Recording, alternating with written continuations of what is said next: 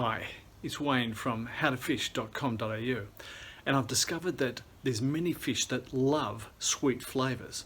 So I'll show you just how much success I had in a short stint using super sweet flavours. Last year I found this spot. It's on the Plenty River, and it's right in the middle of the suburbs, not far from my house at all. We'd had a bit of rain, so the water is coloured here. It doesn't clear up completely. It's usually carrying some sediment, but it's still, reasonable to fish. There are fish in it. Unfortunately, this spot is no longer available. I was walking recently as I was doing some of my searches for fishing spots. I checked this one out again during the COVID lockdown, and a tree had fallen over the top, making it unfishable. The reason I was looking at it again is because I thought when I could go fishing next, I'd try it again, because in a short period of time last year, I caught a number of eels and carp just using sweet baits, and I was surprised that the sweetness was the thing that seemed to be attracting them. About 10 minutes after I arrived, I got my first bite. Little tiny hits on the tip of the rod, so I struck into it, and yes, it was a fish all right, or it was something. Found out that it was an eel, but I was happy to catch things in this water, being so close to home and the water not being of the best quality, and not always thinking that there was a lot of fish in here. So 10 minutes after I cast in, wasn't bad to find this.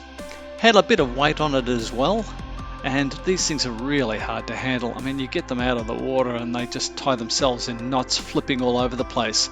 But there you go. And it was a good size eel as well, so I'd rate this over a kilo. As you can see here, I had a very large weight on, and that was to make sure that the fish hooked themselves. Heavy, very heavy weight, short line to the hook, and the fish were doing all of the work, so it worked out well.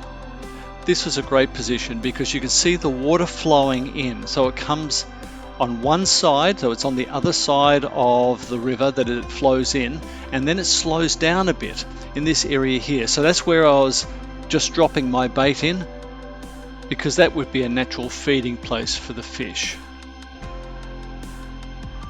It didn't take long before I got another bite, and it was just simply the sweet berley that I was using and the sweetened baits that seemed to be attracting the fish.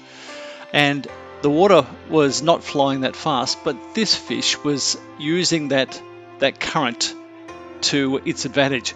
Really made it feel like a bigger fish. And it's always exciting in these waters. There's so many snags about, you never know whether you're going to get out or not. This thing wasn't a big fish, it was a carp, but I was really happy to have caught something other than an eel. And once again, fairly large sinker and a short length to the hook, so that the fish were effectively hooking themselves against the weight of the sinker. There you go, small carp, not that big, but great to catch in these waters.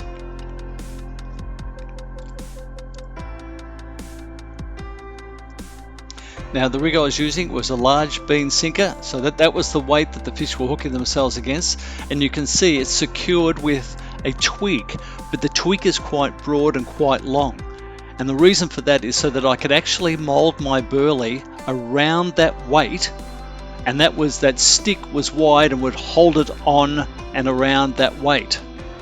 And this is the berley that I used, and it was pretty special because it was a mixture of my bite hard berley, some corn, and some jelly crystals. Now the jelly crystals combined with the juice from the corn made it very sticky, and that was the whole idea. This was really quite a sticky mass that I could mold around my sinker over the top of that tweak, and because it was so sticky, obviously it would hold together in a ball, and the idea was that you mold it round, get the ball there, and that's the way you deliver your berley into the area. And it was very sweet. The corn syrup was sweet, and obviously the crystals, strawberry crystals for making jelly, very, very sweet, very sticky, and that's what the fish loved. And the bait I was using was worms, but I was dipping them in my aniseed essence, and the aniseed essence was mixed with a little bit of strawberry crystals, the jelly crystals as well. Super sweet.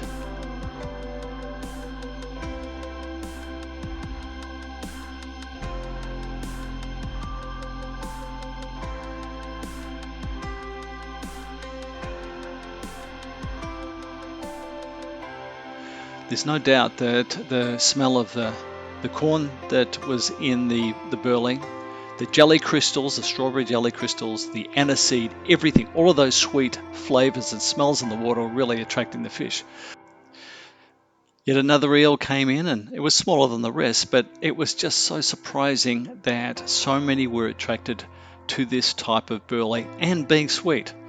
So it's just something to know that sometimes it's worth trying different things, different types of baits and different berleys to get those fish in. And if you've enjoyed this video, please give us a thumbs up and subscribe, and hit that little bell icon so that you'll get updates each time I put a video out. See you next time.